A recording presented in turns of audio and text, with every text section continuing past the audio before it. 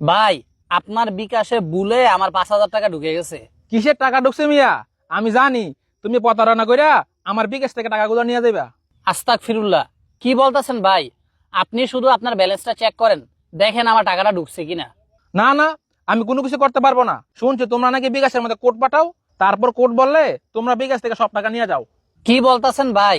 আমি কি আপনারে কোনো কোড পাঠাইছি? আমি তো কোনো কোড পাঠাই নাই।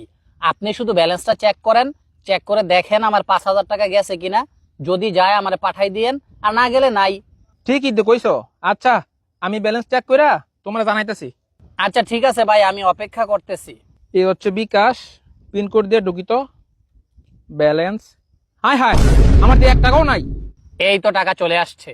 আমার বিকাশে না 5,000 টাকা ছিল, এটা গেল কই? আর আমি তাড়াতাড়ি বিকাশের দোনো যাই। আই হাই রে, এটা কি হইলো আমার? আই হাই রে, এটা কি হইলো? আই হাই, আমার সব টাকা শেষ। ইব্রাহিম ভাই দেখেন তো, আমার বিকাশে 5,000 টাকা ছিল, এখন দিয়ে 1 টাকাও নাই।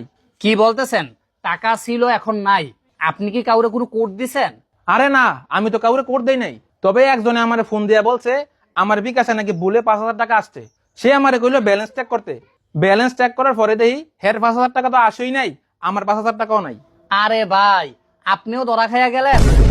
এখন তো বিকাশ প্রতারকরা নতুন সিস্টেম বার করছে। আগে তারা কি করতো?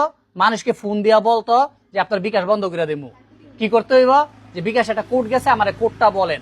কোডটা বলার সাথে সাথে তারা টাকাগুলো নিয়ে যাইতো। এখন তারা নতুন সিস্টেম বার করছে। তারা ফোন দিয়া কইব, ভাই আপনার বিকাশে ভুলে টাকা চলে গেছে, আপনি ব্যালেন্সটা চেক দেন।